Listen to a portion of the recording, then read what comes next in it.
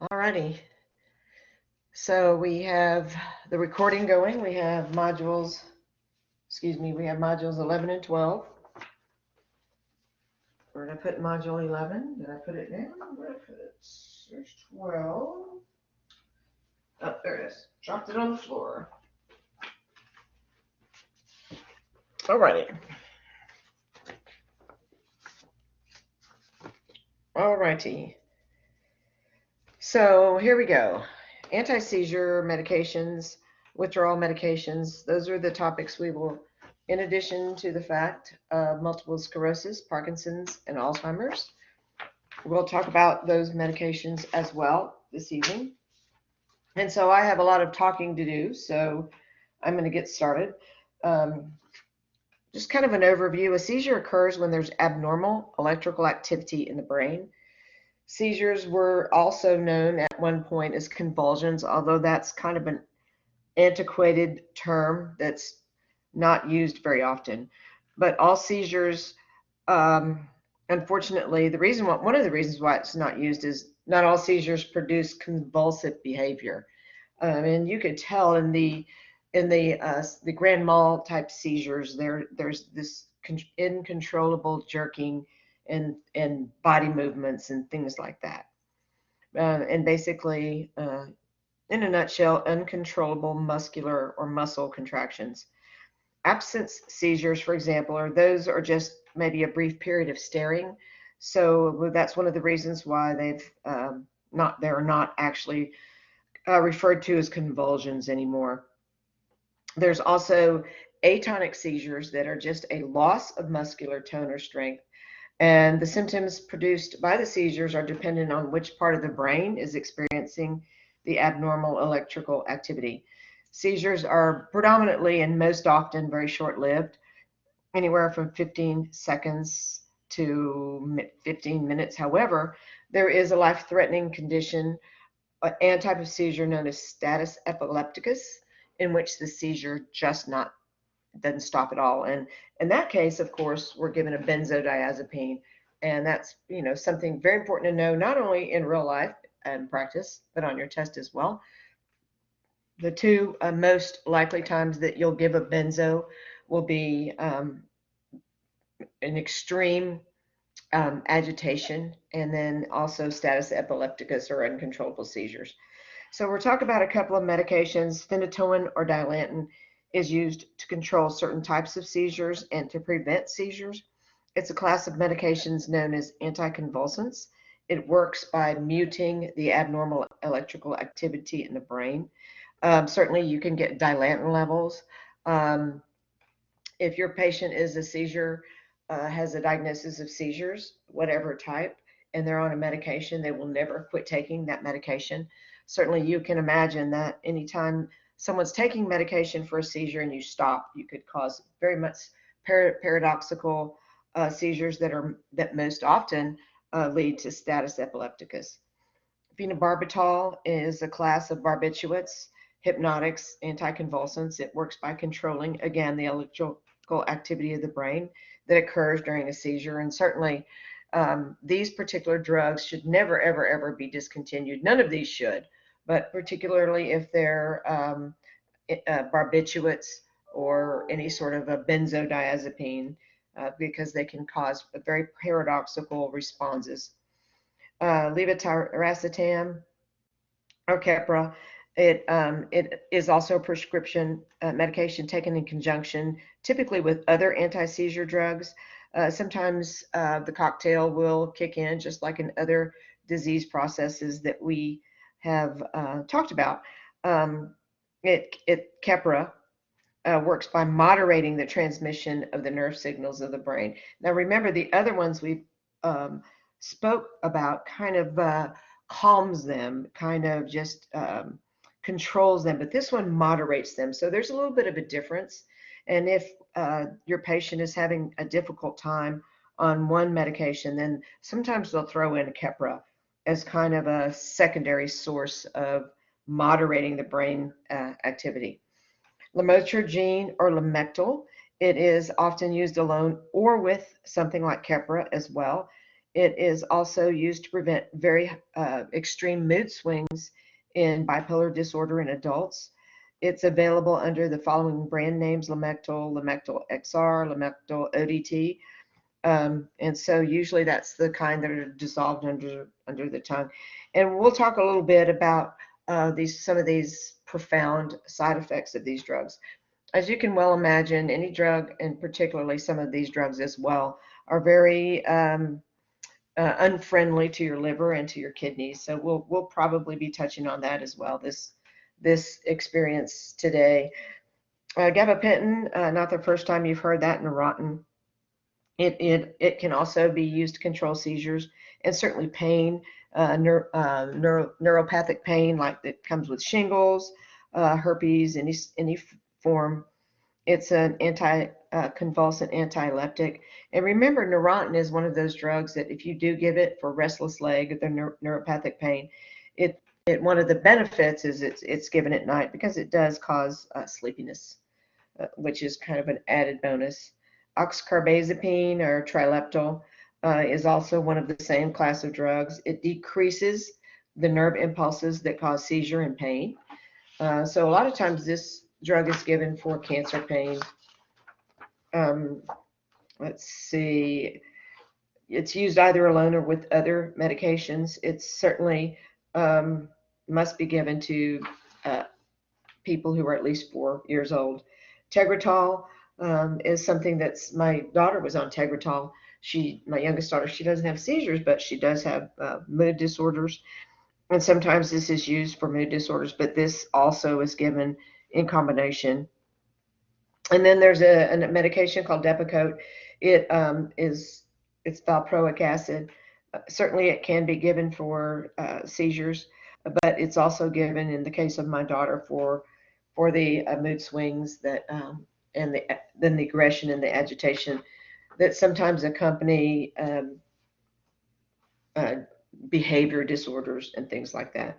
We've talked about benzodiazepines, and we'll mention them again. Lorazepam, diazepam, all the PAMs. Diazepam is also used to treat anxiety, alcohol withdrawal, certainly seizures. These are the benzos, just like lorazepam. It acts on the brain and nerve or the central nervous system to produce a calming effect, basically because they work on the effects of natural GABA, which is a chemical in your brain specific to overexcitability. Remember, these PAMs are never decreased, never stopped abruptly. Certainly, if they are, you could expect profound agitation and certainly status epilepticus. Lorazepam is one of the ones that's used the most often, and certainly, as your test will attest to, you will know that it's not only used to treat status epilepticus, but also agitation and anxiety as well. Most children are treated with epilepsy medications, yes. Certainly, any medication you give for seizures or epilepsy do not cure epilepsy. There is no cure. Certainly, God is still in the miracle business, and perhaps that may weigh in on it for sure. But aims to stop or reduce the number of seizures. Certainly, at least control them. Your patients may have seizures, and the medications are geared toward allowing your patient to live a more productive, controlled life, minus the agitation and the depression and the paradoxical lifestyle that goes with maybe having a seizure disorder. So these medications are geared toward allowing your patient to live their best life, even though they have a seizure disorder. Cultural considerations: Arab American and Asian American are the ethnic group that may or may not, or may metabolize anti-seizures medications a little bit differently, but therefore they may require lower doses. Nurses need to be aware that therapeutic ranges are usually the gold standard. And I think I've mentioned this before. There's 3 ways to see if your medication's working in your patient. Number 1, if there's a gold standard, of serum levels, of course, go to that. Number two, does it fix the problem? And number three, are they experiencing the side effects? So that's always going to be your go-to. Um, how do anti-seizure medications impact the central nervous system? Of course, seizures are part of the central nervous system's response to overexcitability in the brain. So you would imagine that all of these medications would cause some form of drowsiness, dizziness. Certainly, um, they can induce suicide and depression. You slow down your brain. A lot of the disorders that we've studied have like peaks and valleys, and so what these benzos do and these seizure medications, and certainly any sort of antidepressant, is they kind of chop the middle off the peaks and valleys. And so your patient doesn't experience highs, lows, of course, but they don't experience highs as well. And certainly that can lead to depression. Phenytoin is metabolized in the liver. Certainly it's susceptible to inhibitory drug interactions because of um, the hepatic enzymes that metabolize phenytoin. It's excreted in the bile and reabsorbed in the intestinal tract. Certainly, it is excreted unchanged in the urine. It's dose dependent, and most of these, as you can well imagine, all of these anti-seizure drugs are very dose dependent. And sometimes, as time goes on, your patient will develop a sort of tolerance to these drugs, and so you always have to make sure that these drugs are monitored. Drug levels are monitored. Phenytoin cannot be used in pregnancy; it causes birth defects. And, I say that, but as a disclaimer, sometimes um, the benefits outweigh the risk. So sometimes, decisions are made. Certainly a patient that is prone to status epilepticus would be advised to use birth control, two forms of birth control, um, during pregnant, or to not get pregnant, right? Because especially if they're at high risk for seizures. Because just remember, during a seizure, the infant would be the the fetus would be at a very high risk for hypoxia, and so it's very counterproductive to normal growth and development and safe delivery of a child. Adverse effects: CNS depression, confusion, drowsiness, lethargy, constipation. Of course, all the normal, typical responses to just about every medication. There's also gingival hyperplasia, bone marrow suppression. Phenytoin is for bone marrow suppression as well. And so dental health, of course, gingival hyperplasia is a big consideration for phenytoin. They were teaching, of course, to brush, floss regularly, etc. Good oral hygiene as well. Impact of alcohol, of course, no. Liver damage, CNS depression. So big no on alcohol. Serious adverse effects: headache, nausea, vomiting, swelling and bleeding of the gums. Of course, gingival hyperplasia. Um, Always drowsiness, spinning. Of course, that would make it very difficult to operate heavy machinery and possibly even hold down a job. Priority nursing intervention: determine when using Dilantin in the management of status epilepticus.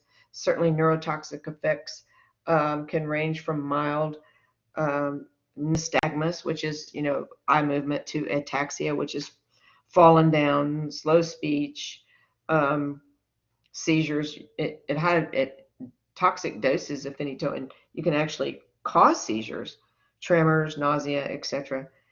Adverse effects of phenobarbital: same. Remember, it's a CNS drug. Headache for sure, excitation, loss of appetite, um, and certainly phenobarbital can be detected uh, levels in the serum as well. Let's see, they cause drowsiness. Certainly, these sedatives can be prescribed to treat sleep disorders. So, like a hypnotic, these can be given at night. We talked about benzos for seizure and alcohol withdrawal. Um, Which medications are first-line treatment? Benzos are, of course, first-line treatment. They work quickly. And you were talking about the PAMs, of course. Let's see, even there's a rectal diazepam that can also be used in case your patient is seizing um, uncontrollably. Let's see, symptoms, of course, never discontinue abruptly. Certainly, you may cause more damage um, than you can prevent. Diazepam is used for alcohol withdrawal, seizures, and the like. Contraindications to the use of these medications, like all benzos, in conjunction with antidepressants, tranquilizers, or other drugs that slow down the brain processes, like alcohol, you can cause profound, irreversible central nervous system suppression. And that would result certainly in spontaneous coma. Adverse effects, of course, we've just beat that one to death. Um, in patients that receive frequent doses of diazepam, what medication can be given to reverse? What reverses benzodiazepam? Does anybody know? What reverses benzos? Yep, there you go. That's it. Flumazenil. What reverses narcotics? Nope, that's right. Narcan. Very good. What indications for the use of valproic acid? Of course, depakine, valproic acid can be used for seizures. Certainly, it can be used for behavior disorder, adverse effects, sore throat. Certainly, anytime you get a sore throat, you can always think about what is that? Stephen Johnson's easy bruising, unexplained bruising. Remember, these drugs also cause neutropenia and affect certainly the bone marrow production. Let's see, EECG. Why might an ECG be ordered? Anti-seizure medications also cause dysrhythmias. So you would certainly, your patient in the emergency department would have an EKG continuous EKG monitor on them as well. Lab tests, of course, serum levels of all of these medications. Um, let's see, of course, since they can cause neutropenia, a CBC is always indicated. And always check the very young and the very old. They're more susceptible to effects of drugs, especially the sedating effect of all of these medications. How might the nurse assess for the presence of bone marrow suppression? Um, Certainly, CBC, you sign in symptoms of anemia, of course, hemoglobin levels, hematocrit, leukopenia, decreased white cells, thrombocytopenia, certainly platelets. And so those are the things that you watch for, particularly gingival hyperplasia. Let's see, medical alert bracelet. Had a student, one of my first semesters at Concordia, actually the first day of the first day of lab, she had a huge seizure. And of course, it was, no one really knew how to respond. I was up in my office and went down and, called the EMS on the way down on my cell phone. So certainly it takes a lot of times seizures can be triggered by very stressful life events and certainly other disease processes that are being medicated.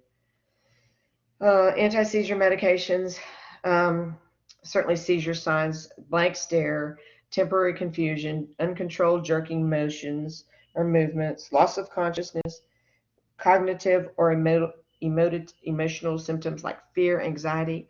Some people have an aura or kind of a deja vu if they know they're going to have the seizure. And certainly, when I first went to school, if someone said, stick a tongue blade in someone's mouth, well, no, because they could clamp down on it and swallow the tongue blade. And certainly don't stick your finger in anyone's mouth because that would hurt like a whole lot. And certainly, plasma monitoring uh, is well established for all of these anti-seizure drugs. Always get a serum level. Certainly you can know. Let's see, constipation, weight loss, certainly educate the patient on good nutrition, smaller meals more frequently during the day. Gabapentin is used to control seizures, of course. Make sure, certainly it's used for nerve pain, neuropathic pain, and certainly I mentioned giving it at night. Let's see, we said that, let's see, as far as carbazepine and gabapentin are safe to use during pregnancy, but of course we talked about valproic acid being not good to use, especially because the risk of spina bifida or other major birth defects like cleft palate. Lamotrigine, levetiracetam impact the liver. I think I mentioned this early on in this particular conversation that anti-seizure medications are generally a problem. Certainly they cause liver damage and can also cause liver injury, especially if you've been taking, even if you've been taking for just weeks or months. Black box warning, of course, the increase of suicidal thoughts or behavior generally among these consistent use of these drugs. Did I lose y'all? Let's see. I don't think I did. Yeah, oh, I didn't lose y'all. Drugs, certainly, the answer is yes. There's a lot of risk, a lot of black warning labels for suicide, and also for pregnancy on some of them. Phenobarbital was associated with the lowest incidence of motor disturbances and GI side effects compared to a lot of the other ones, which is one of the reasons why this is kind of the first line treatment for these drugs. Dermatological effects with lamotrigine, skin rash, redness. Tell the doctor straight away. I mentioned just a couple of minutes ago that anytime you see one of your patients, particularly on a test, developing a rash, you can certainly look for Stevens-Johnson syndrome, even though it's rare, even though it is a rare side effect of lamotrigine. And the drugs that can cause Stevens-Johnson syndrome, we've talked about these before. Phenytoin can, valproic acid can, lamotrigine, barbiturates. All barbiturates can as well. And some of these barbiturates have an effect like Ativan, the benzos. They can also cause, like they did in my daughter, they can also cause ileus, which is a definite problem for sure. Let's see. I think that's it. So here we go. This is bonus day. Let me see if I can find my, that was anti-seizure medications. So let me see if I can review just a few things before we jump on into module 12. We talked about phenytoin. Do you remember what I said about phenytoin? What's the number one side effect you want to look for, adverse effect?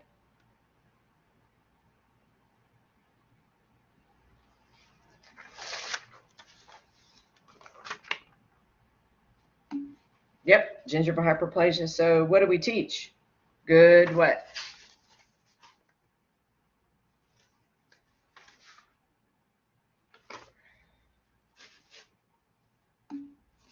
Oral care. Absolutely. Absolutely. We talked about status epilepticus. What's going to be our go-to? I just said it a few minutes ago. It's a PAM. Lorazepam. Yep, it's a benzo. Lorazepam. Lorazepam. And certainly I just also mentioned that these medications should be taken even if you're treating a patient for status epilepticus and they're receiving phenytoin to prevent an occurrence. Of course, you never stop taking this drug, right? Ever, not ever, not ever, not ever. Another thing that I didn't mention earlier is phenytoin. Of course, we all know that Coumadin or warfarin there is a bad actor. And so you can imagine Coumadin and warfarin would probably not jive too well. Phenytoin definitely has the potential to interact with Coumadin as well. And then, of course, I mentioned liver function in phenytoin. Certainly, liver impairment is entirely possible. As far as the benzos, anytime your patient is on a benzo, and when I was in the nursing home, I found this out pretty succinctly. Benzos can only be given for a certain amount of time, and you actually have to have the proper diagnosis for them. You can't give them PRN for over 2 weeks, but anytime your patient is on a benzo and the benzo is to be stopped, you always do what? If you're going to stop a benzo, what should you take into consideration? Of course, you should not just abruptly stop it. What should you do?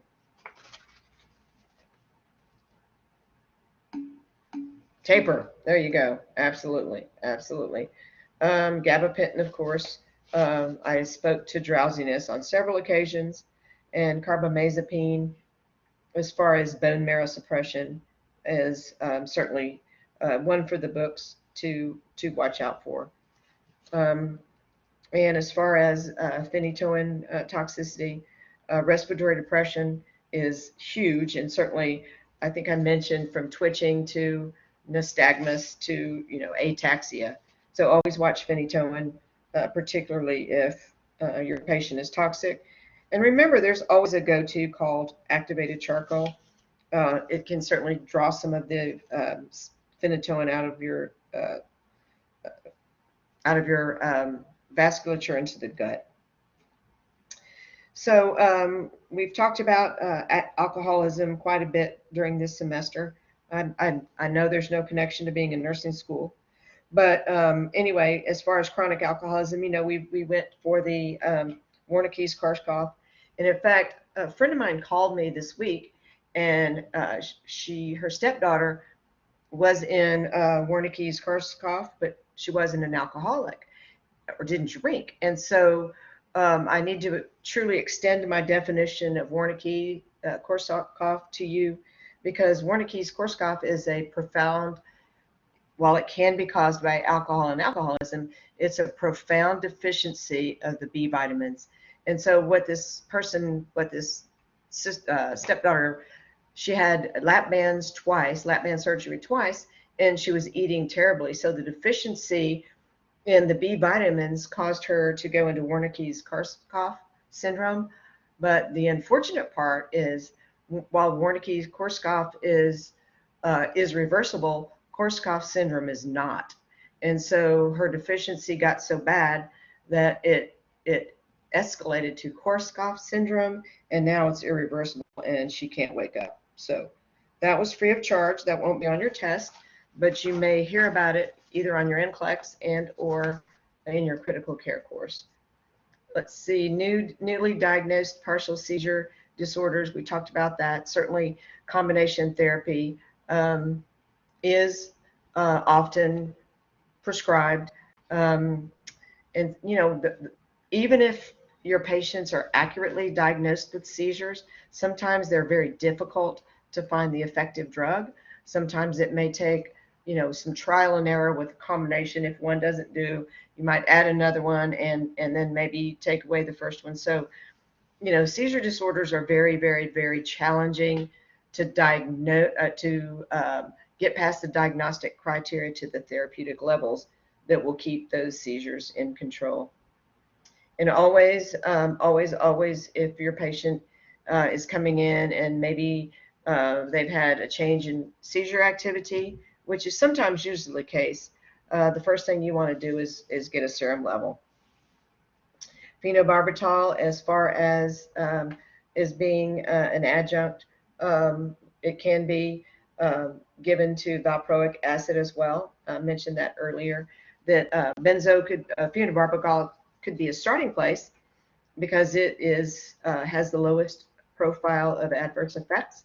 But if it doesn't, doesn't keep the seizures in control, certainly valproic acid may be an adjunct. But if sleepiness is a problem, that it's always from the phenobarbital. If your patient is controlled, maybe on valproic acid and phenobarbital, certainly you can expect, if you have sleepiness, you can expect that the phenobarbital may be decreased for sure. I mentioned lamotrigine and rash, of course. Always think Steven Johnson's. I mentioned diazepam in seizures, and certainly always think respiratory support. Another thing diazepam is used for is conscious sedation. And so it's like when I took students to Shoal Creek, where they're doing anticonvulsive treatment. They did it with shock therapy. So anytime somebody's going into a conscious sedation, and they're given diazepam, they're always on respiratory oxygen. Certainly not a ventilator, but you always make sure respiratory support is available, and then certainly an EKG as well, continuous EKG. Oxycarbazepine, certainly drowsiness and headache are things that you watch out for, like I mentioned earlier. There's several phenytoin questions, and like I said, oral contraceptives are indicated for sure. Certainly, the effects of phenytoin should be, they do, phenytoin can reduce the effects of oral contraceptives. So certainly, two different forms, whether no matter what that looks like. And even if your patient is on has a diagnosis of epilepsy, certainly it can be well controlled if it's monitored. Certainly, serum drug levels are drawn and uh, frequently checked. Good diagnostic criteria, good follow up, and certainly a medic alert bracelet is indicated. Um, Especially since all of the medications that we're speaking about basically just stabilize overexcited nerve membranes or nerve cells, which may mean that your patient may be susceptible to depression as well.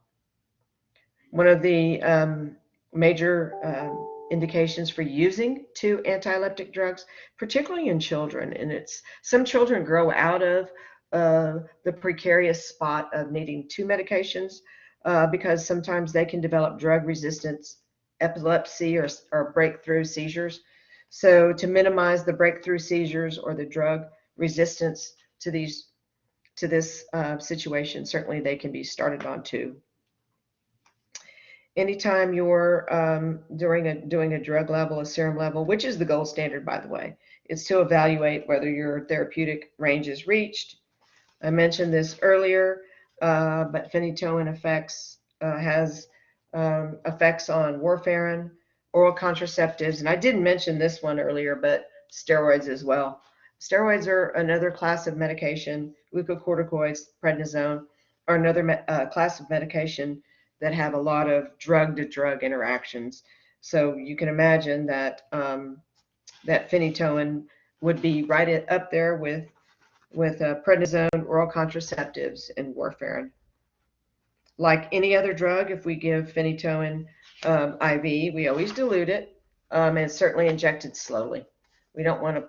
This is a bad drug to push, but sometimes you may need to, but always dilute it with normal saline and inject it slowly. Like I mentioned at the very beginning, near the beginning of this lecture, there's three things you always ask or you always look for when you're evaluating the efficacy of any drug. Certainly, you can evaluate the drug level, the serum drug level. Always assess for adverse effects, and then assess to see if the drug is doing what it's supposed to. In the case of anti-seizure medications, you assess for change in seizure activity, right?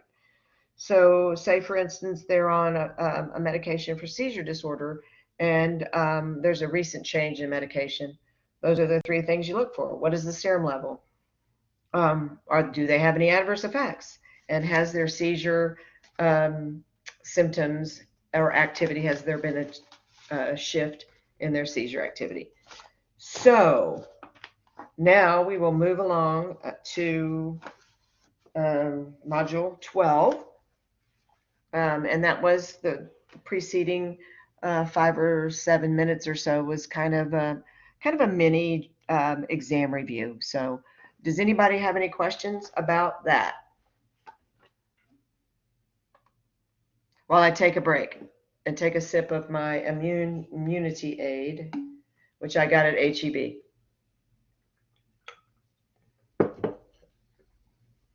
All righty. I got Orange Burst. Yum, yum.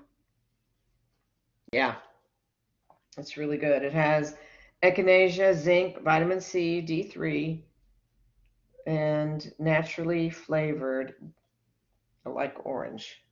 And it is caffeine free. Alrighty, enough of a commercial break. We'll go right into Module 12, and then we'll have a Module 12 review as well. How's that? So if I start to talk too fast, which I'm known to do, please interrupt. Please raise your hand. Um, I miss my partner in lecture crime, Professor Badia. So I hope she's doing good, and I'm sending her a silent prayer right now. All righty, we will go on to the next. We will talk about multiple sclerosis. We'll talk about Parkinson's. We'll talk about Alzheimer's. So, as far as Alzheimer's, we're talking about dementia. Alzheimer's is the most common cause. It's certainly caused from an abnormal buildup of proteins around the brain cells, and usually those are known as plaque. Um, let's see, autoimmune diseases like these uh, these categories certainly can affect the brain. Certainly, um, side effects would be nervousness, tremors, muscle rigidity, particularly with Parkinson's, a loss of substantia nigra tissue. And you can actually look at someone's um, CT of the brain, and you can truly see these changes. And when you get to your advanced health, your advanced med surg classes, I would recommend, when you get on the floor and your nurse has access, or the physician or the intern makes rounds, I would ask if you could look at some of these brain images, because they're really fascinating. It shows because they show degeneration of the basal ganglia of the brain, and certainly deficiencies.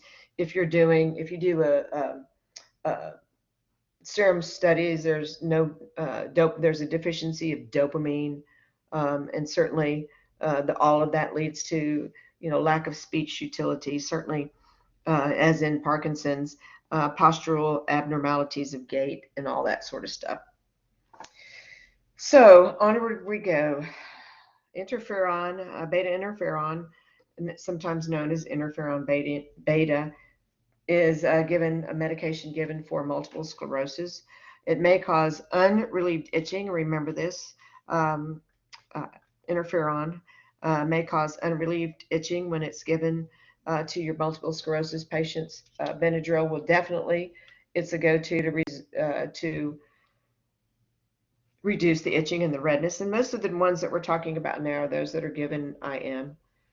Glatiramer acetate is stimulates the myelin-based protein, and certainly can um, attempt to cause the reinsulation of these nerve fibers.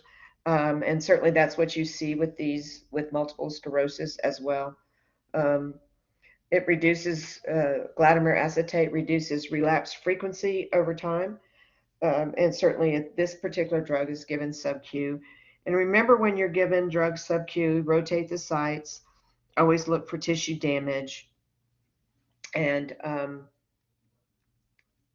when you're teaching your patients, of course, sterile technique when it comes to using these drugs, particularly these drugs for multiple sclerosis and Parkinson's. Drugs to avoid, uh, let's see, Phenergan and Reglan, they should be avoided in Parkinson's. Also, drugs that deplete dopamine, and because these particular drugs may worsen Parkinson's and should be avoided in most cases. One of the biggest drugs you will be given is levodopa, carbidopa.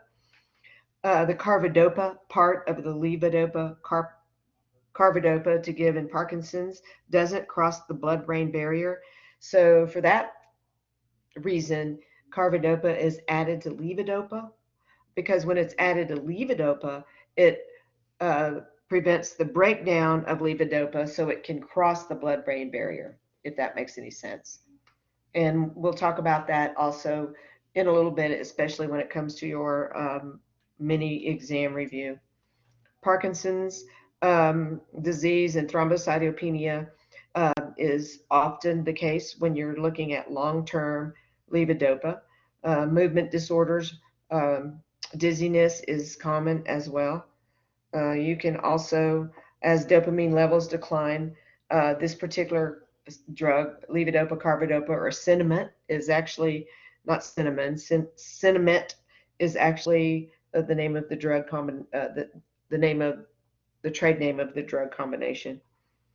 The most uh, potent medication for Parkinson's, and like I mentioned, it is given in combination with the carbidopa because carbidopa doesn't cross the blood-brain barrier, and that's a mouthful. And like I mentioned, it's almost always given in combination, but certainly in and of itself, levodopa might be, because it doesn't cross the blood-brain barrier, it may be contingent upon the triggering of these movement disorders. And once again, Parkinson is the dyskinetic movements. Certainly, certainly and unfortunately, it may take months for these drugs to kick in. Let's see. The aim of drug therapy, of course, is to restore dopamine levels. Dopamine, of course, is the synergistic movement that the movement proteins that can discontinue the cogwheel, um, sometimes akistatic movement disorders. Um, Protein and levodopa use the same transport to cross the small intestine wall. Therefore, it's possible that dietary protein can interfere in the absorption of levodopa. This includes beef, chicken, pork, fish, and eggs. Levodopa does not, like I mentioned, um, affect the blood-brain barrier or the central nervous system, unless, of course, it's given in the combination drug.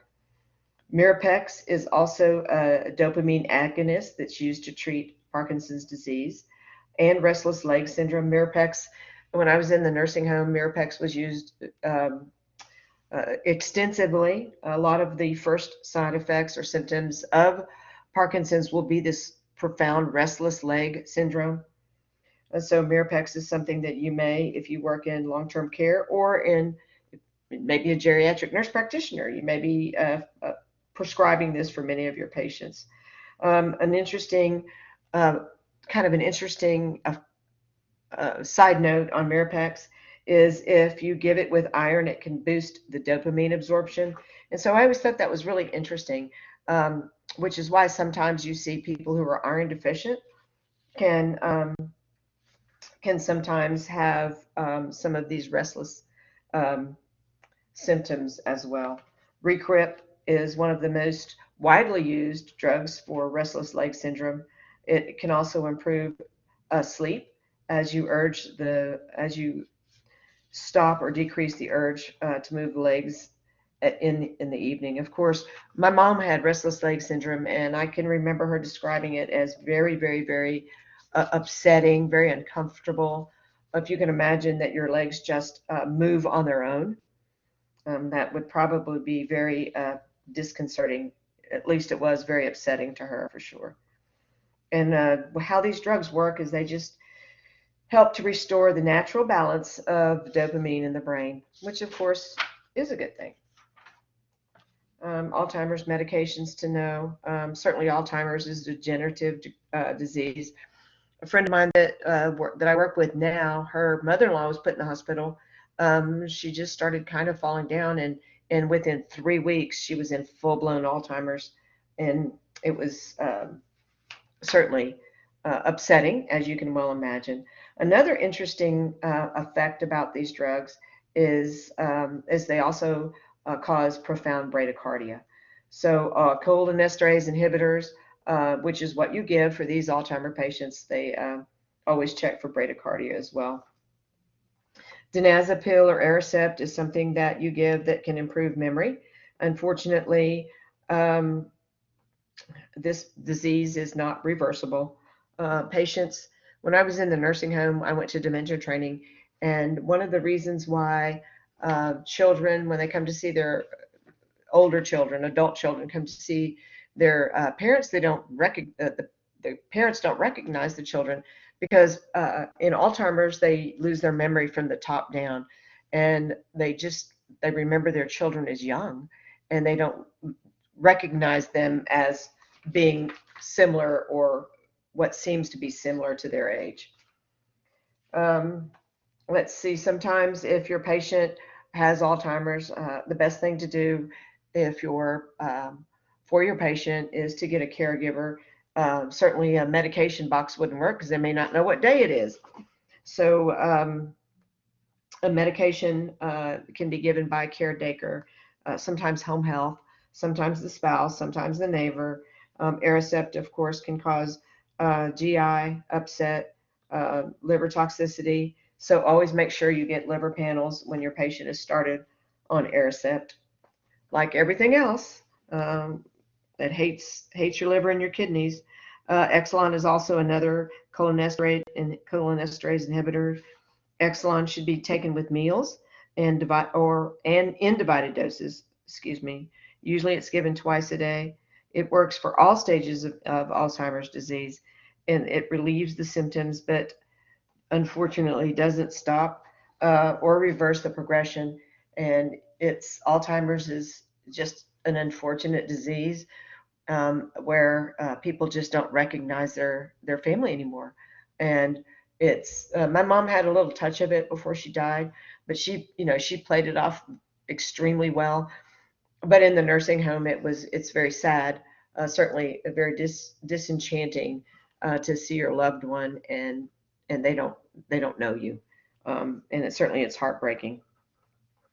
Namenda treats moderate to severe confusion as far as Alzheimer processes, dementia processes. Remember, Alzheimer's is a form of dementia. Namenda modulates the effects of glutamate, which reduces calcium influx into the neurons.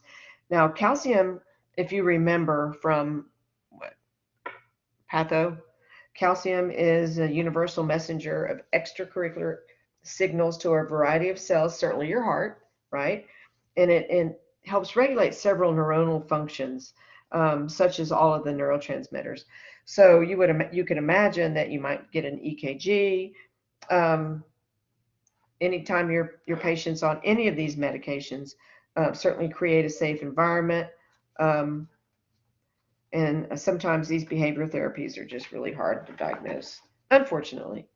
Um, but as in the case with Namenda, usually it only can slow down the progress of Alzheimer's, or the symptoms rather. Certainly doesn't affect the disease at all. Like I mentioned, Alzheimer's is treated with cholinesterase inhibitors. Always check for bradycardia. Um, let's see, glutamate is the major excitatory neurotransmitter in the central nervous system, and it's very highly permeable to calcium.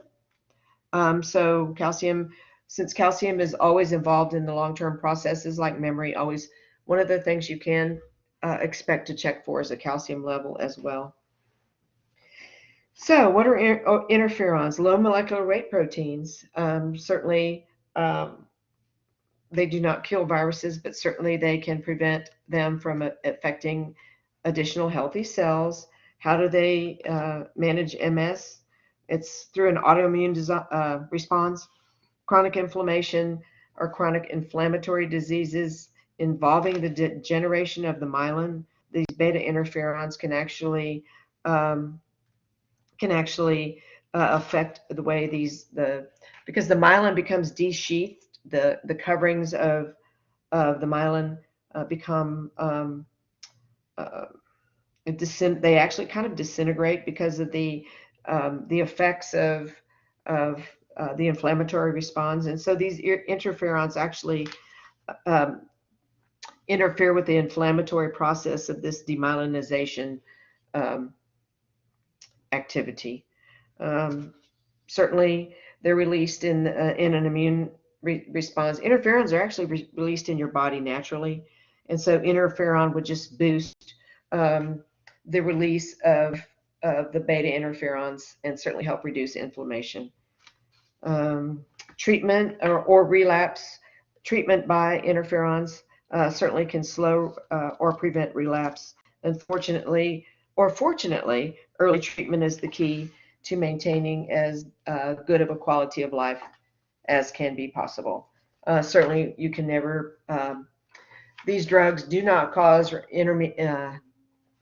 permanent remission of any of the disease processes that we'll talk about today.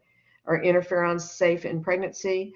Women that have been exposed to interferons have an increased risk for fetal loss and low birth weight as well. Um, they have been shown, like just everything else, to cause hepatic injury, um, but which can lead to acute liver failure. So watch out for your liver when your patient is receiving interferons. They're given by injection. Always check for site swelling, pain, redness. Interferons can give you flu-like symptoms, certainly headache, tiredness, chills, etc., and etc., which is the local reaction, swelling, redness, pain at the injection site also. Adverse effects of glatiramer acetate. This is given by self-injection. Therefore, education on injection skills is paramount. Um, some people might even report palpitations, chest pain, constriction in the throat. The good news about this, and especially remembering going forward on your exam, if you're giving your patient glatiramer acetate, there's a really very good chance they're going to experience some of these symptoms, whether it's constriction in the throat, chest pain. But the good news is these episodes are self-limiting. Always stay with your patient because they only really last about 15 minutes. But the good news is you'll be in the hospital and you can always call for help. Um, Another set of the self-limiting responses are injection reaction, flushing, etc. How are the effectiveness of glatiramer acetate determined? It takes around 9 months to notice some sort of major effect. Um, Capizone is considered a long-term treatment for MS, and certainly it's been available for several years. Levodopa managed Parkinson's. Remember, we talked about it. It's a central nervous system agonist. It calms the tremors, the stiffness, the slowness, cogwheel rigidity, etc. It certainly works by being converted to dopamine in the brain. Carbidopa for patients with on Sinemet or levodopa carbidopa. Watch for orthostasis, orthostatic hypotension. Check electrolytes and certainly increase sodium intake. And watch out for fluid retention as well. Just remember that about Sinemet or levodopa carbidopa, hypotension. So you certainly want to check your electrolytes. So remember, wherever sodium goes, there goes water, stays with it. So sometimes they just may be a little water deplete. So giving a little fluids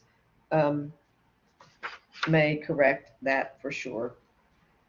Adverse effects of carbidopa levodopa: twitching, tics, repetitive motions, loss of appetite, diarrhea, dry mouth, changes in sense of taste, and forgetfulness or confusion.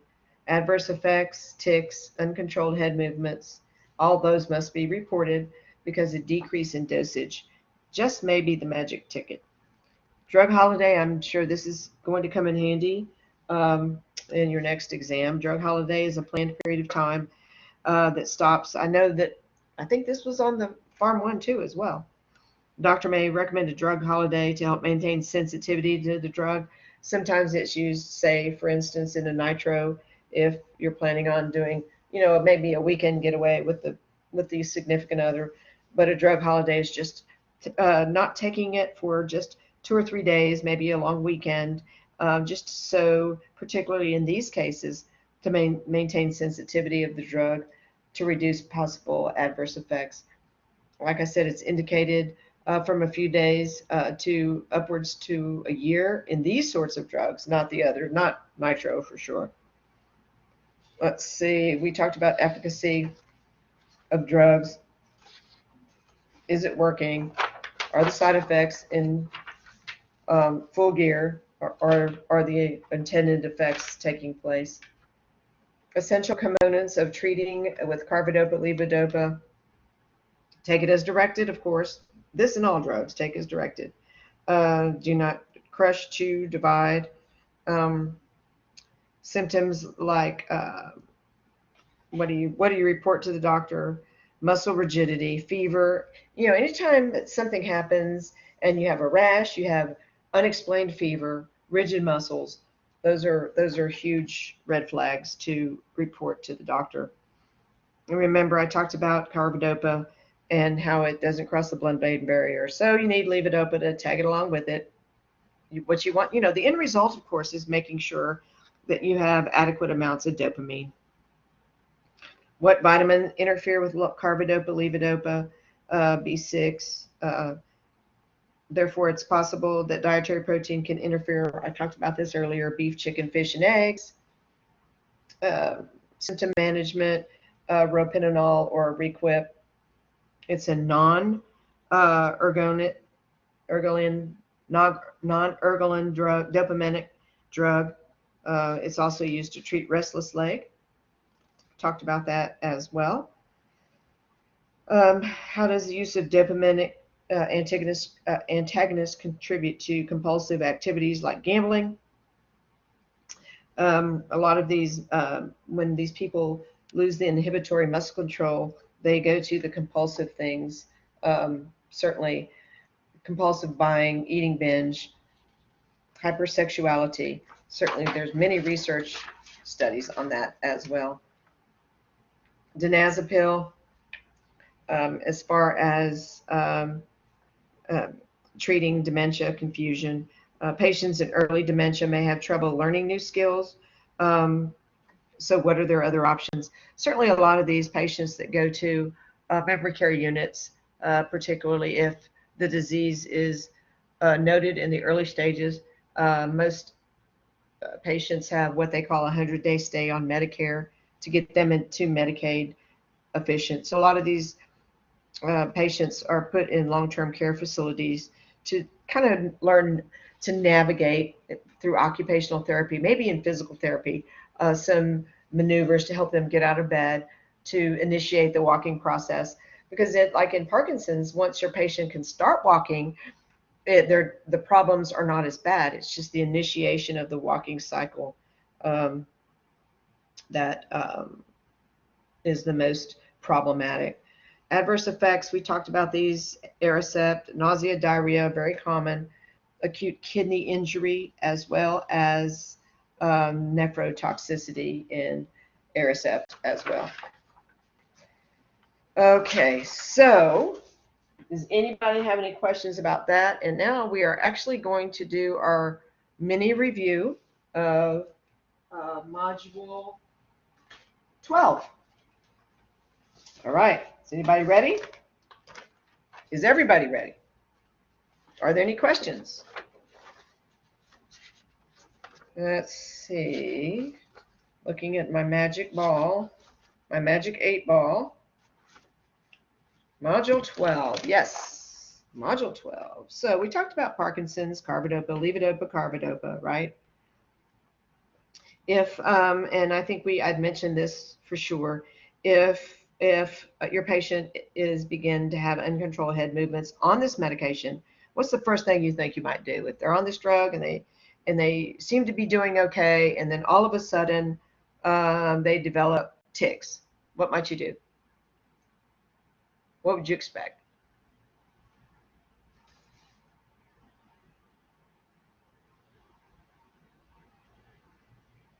Anybody?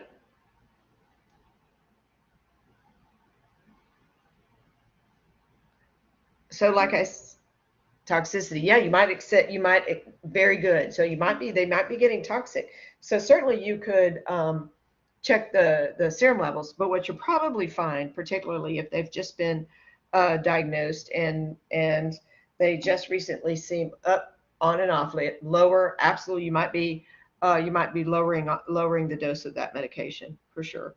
And like I just mentioned, not 3 minutes ago, maybe 5. This medication does cause lightheadedness and dizziness, certainly orthostasis. And one thing that you may have to do is anticipate increasing salt and water intake, right? Because I just mentioned a few minutes ago that they may become kind of dehydrated. So that's one. Orthostasis is certainly an early sign of dehydration as well. As far as the cholinase inhibitors, and treating Alzheimer's, certainly they do not stop the progression of the disease. Certainly, they may only produce modest improvement. Also, I mentioned that one of the side effects that you check for, particularly in this class of drugs, the cholinesterase inhibitors, is bradycardia. And certainly, if your patient has bradycardia, what's another side effect you might anticipate? Drowsy. What else? Lightheaded. Low BP. Absolutely. Very good. Good answer. Good answer for sure. Let's see. We talked about medications that treat multiple sclerosis. The goal, of course, is to start these medications early. There's no permanent remission, but the earlier you catch them, the longer these medications can work to maintain quality of life and certainly prevent severe or the severity of relapses, for sure. As far as multiple sclerosis and the glutamine acetate, we talked about the palpitations, chest pain, maybe even a tight feeling in the throat. Typically speaking, these are very self-limiting. Stand by, certainly if they're a hospital, you have access to emergency medical equipment, but it typically is self-resolving in about 15 minutes. Even though I've only seen this given once when I was a nurse on the floor, it's pretty scary. It's pretty scary. I think I called it rapid response, but it's better to call and have someone than not call and be there by yourself. But it's usually they resolve for sure. These Parkinson, when someone's diagnosed with Parkinson and they're put on levodopa, carbidopa, sometimes Parkinson's carries the signs and the symptoms of other disease processes like multiple sclerosis. So if your patient is having these jerky movements, these tics, and you put them on carbidopa, levodopa, maybe it's not that at all. Maybe it's not Parkinson's at all. Maybe it is multiple sclerosis. So, you can always do a differential diagnosis if the drug that you first and your provider initially gives does not work. So we talked about multiple sclerosis and glutamine acetate. Certainly that medication is given sub-Q. Always do good teaching, subcutaneous medication injection teaching. I also mentioned just a minute ago that dyskinesia is certainly an effect of sentiment. One of the signs of dyskinesia is just these head jerking movements, and maybe you can even anticipate decreasing the dose as well. We talked about donezepam. Certainly anybody that's losing their memory may not remember what day of the week it is. They may not even remember if they took their medications 5 minutes ago that they took their medication. These particular patients are wonderful candidates to be in assisted living if they're not so bad, certainly nursing homes, dementia units, memory care units, etc. Let's see, donezepam, as far as laboratory, certainly remember that they don't like your liver, so liver function tests are certainly indicated for Aricept or donezepam. Interferon beta interferon, certainly there's one brand called Rebif. I mentioned earlier at the very beginning of this lecture that unrelieved itching may be one of the side effects, and a real easy go-to, of course, has always Benadryl. It takes, like I mentioned earlier, also about all these drugs. I mean, all of these drugs that we're talking about in this particular module, it takes a while to onboard these medications. And if your patient has Parkinson's and they don't see any improvement in 2 weeks, well, you're probably not going to, because these medications take can take months and months to get into full swing and do their job really well. Amantadine, of course, is another drug for Alzheimer's. I talked extensively about the effect of calcium um, uh, in the effect of glutamate on the calcium and how it how memantine causes the influx of glutamate, which is involved in restoring the calcium, intracellular calcium into the neuronal cells. And that's a huge deal when it comes to memory and Alzheimer's. If you're a patient, certainly, if you're managing an LVN or an LPN, certainly it doesn't matter if your patient has Alzheimer's, it doesn't matter what they have. Usually, an LVN is that healthcare worker that can certainly provide safety for your patient, um, give the administer the prescribed medication. But in the hospital systems, LVNs are kind of a fading sector of the healthcare population. Long-term care units, not so much. But in the hospitals, if you're monitoring an LVN or you're supervising an LVN, you remember that, they don't develop care plans. They don't um, organize community resources. They don't do any sort of advanced teaching like with memory or enhancement skills. Basically, they're allocated to keeping the patient safe and certainly administering prescribed medications. So we've had a very full class today.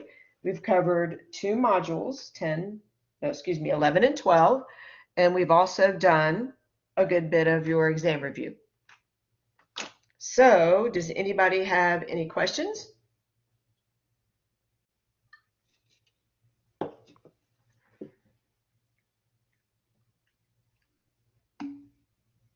Oh, you're welcome. Complaints? Anybody have any complaints? Remember, what's it? I went to a stand-up comedy show one time and it says, ladies and gentlemen, if you love the show, tell others. If you didn't, please tell me.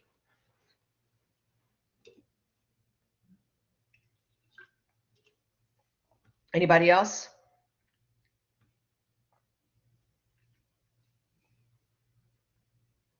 Would anybody like to offer a prayer? Yeah, Ashley, tell everybody. If my corny jokes were offensive, please tell me.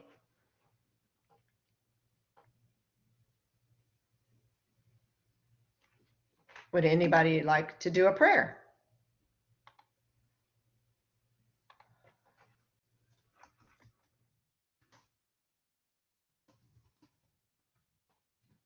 Let's see. Let's do a prayer. Let's see what I can do. I can look up. Sometimes I like to do on the cuff, and sometimes I think I did this one last time. Did I do the one on God's peace?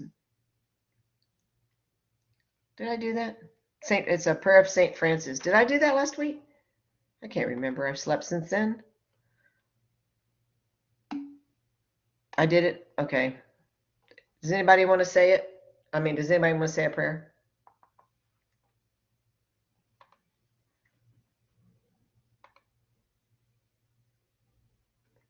I'll just say an overall prayer.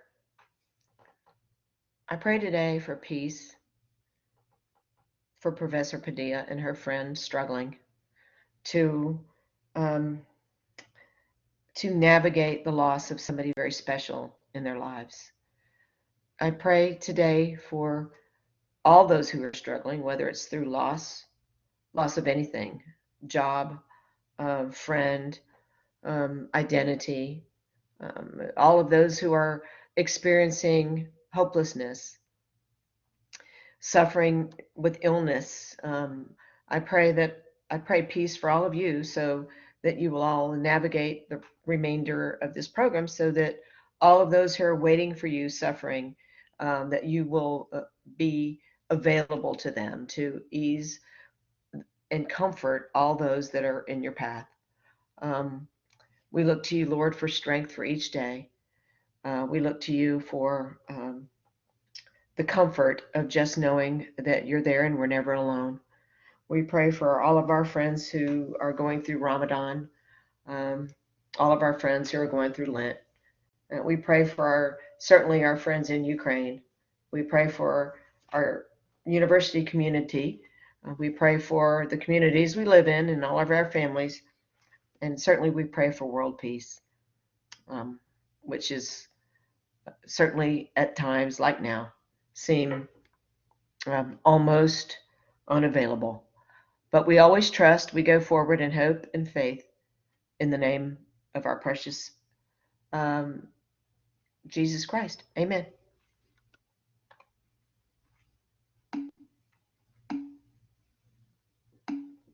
All righty. Well, I hope I did talk a lot, an hour and 10 minutes. So I hope that you got something out of a lecture tonight. If you didn't, please reach out. Certainly, Professor Padilla can't be blamed for any miscommunication I might have given you. So certainly all of you are welcome to call me at any time. Now, you have my cell phone number. Reach out to me if you want to. Certainly no worries. Just if I can help you at all, just let me know.